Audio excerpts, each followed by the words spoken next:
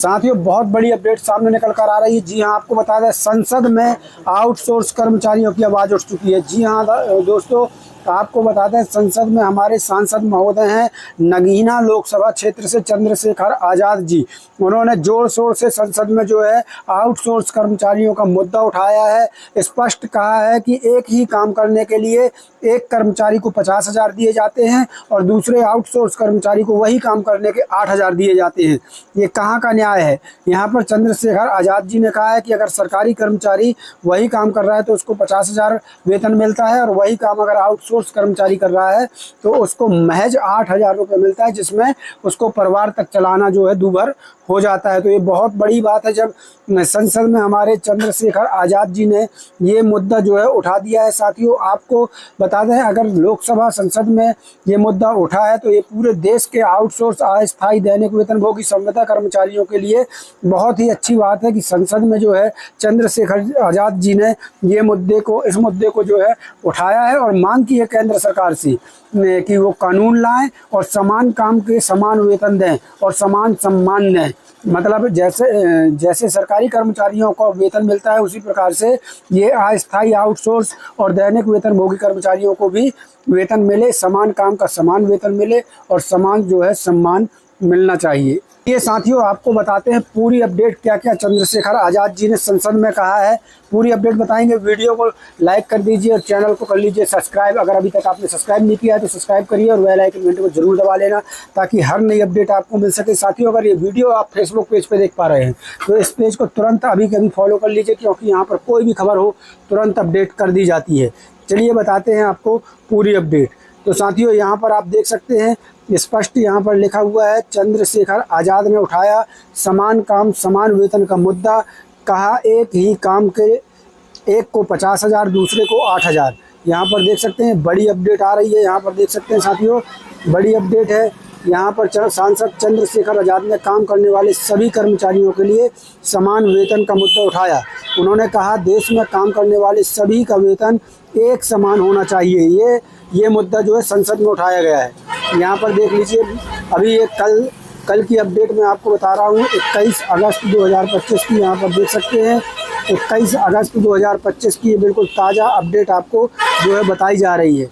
Latest जानकारी आपको बताने का काम कर रहे हैं। यहाँ पर देख सकते हैं चंद्रशेखर आज़ाद जी का मुख्य मुद्दा था, मेन मांग थी कि समान काम और समान वेतन मिले। दरअसल साथियों, उत्तर प्रदेश की नगीना लोकसभा सीट से सांसद चंद्रशेखर आज़ाद ने समान वेतन का मुद्दा उठाया है। उन्होंने कहा है देश में काम करने वाले सभी का वेतन एक समान होना चाहिए। जब एक ही काम करने के लिए सरकारी कर्मचारी को 50,000 मिलते हैं तो उसी काम को करने के लिए संविदा कर्मी आउटसोर्सिंग वालों को क्यों 8,000 दिए जा रहे हैं? यहाँ पर देख सकते हैं संविदा कर्मी, स्पष्ट कहा है संविदा कर्मी और आउटसोर्सिंग वाले लोगों को क्यों 8,000 रुपये ही मिलते हैं। इसके लिए सरकार का समान वेतन तय करना चाहिए। सरकार को जो है समान वेतन इसके लिए तय करना चाहिए। यहाँ पर आगे देख लीजिए क्या अपडेट है। यहाँ पर संसद में प्ले कार्ड लेकर प्रदर्शन कर रहे आज़ाद समाज पार्टी कांसीराम के मुखिया चंद्रशेखर ने कहा देश में सरकारी कर्मचारी की संख्या बहुत कम है, करीब 2% सरकारी नौकरी है, लेकिन उसके अलावा भी एक बहुत बड़ा सेक्टर है जिसे हम प्राइवेट सेक्टर कहते हैं, जिसमें संविदा, ठेकेदारी और आउटसोर्सिंग के जरिए भी बहुत सारे कर्मचारी काम कर रहे हैं।